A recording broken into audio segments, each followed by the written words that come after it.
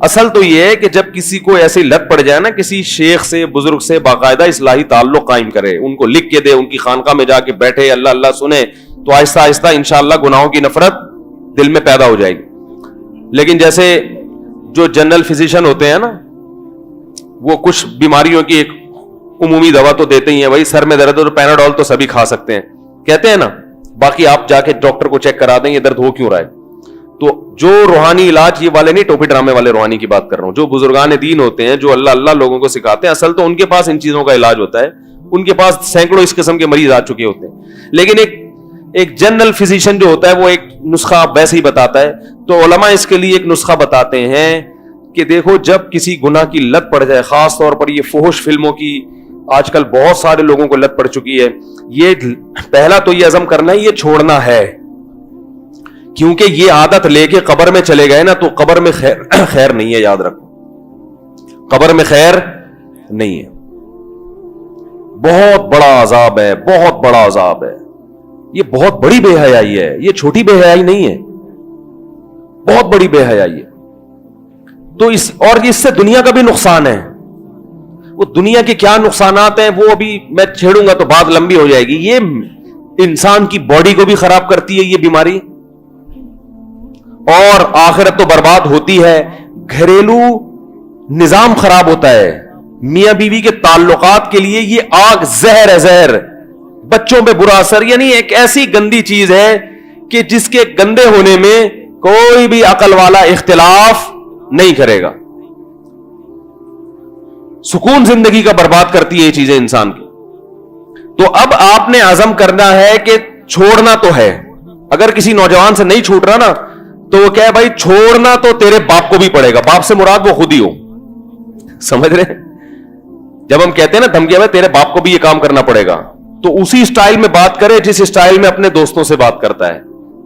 قرضہ لے کے کوئی بھاگا ہوا ہو نا آپ کا 1 کروڑ روپے, تو آپ اس سے کہتے ہیں وہ کہتے ہیں یار میرے تو گھر میں چولہا ہی نہیں جل رہا, میرے تو گھر میں, آپ کہتے ہیں تیرے باپ کو بھی میرے پیسے واپس کرنے پڑیں گے, تیرے گھر میں چولہا نہیں چل رہا, یہ تیری ہیڈ ایک ہے, یہ میری ہیڈ ایک نہیں ہے. تو پیسے لیتے ہوئے تو کہہ رہا تھا کہ میں فلاں تاریخ کو دے دوں گا اور یہ اور وہ ہے, اب کیوں ہے؟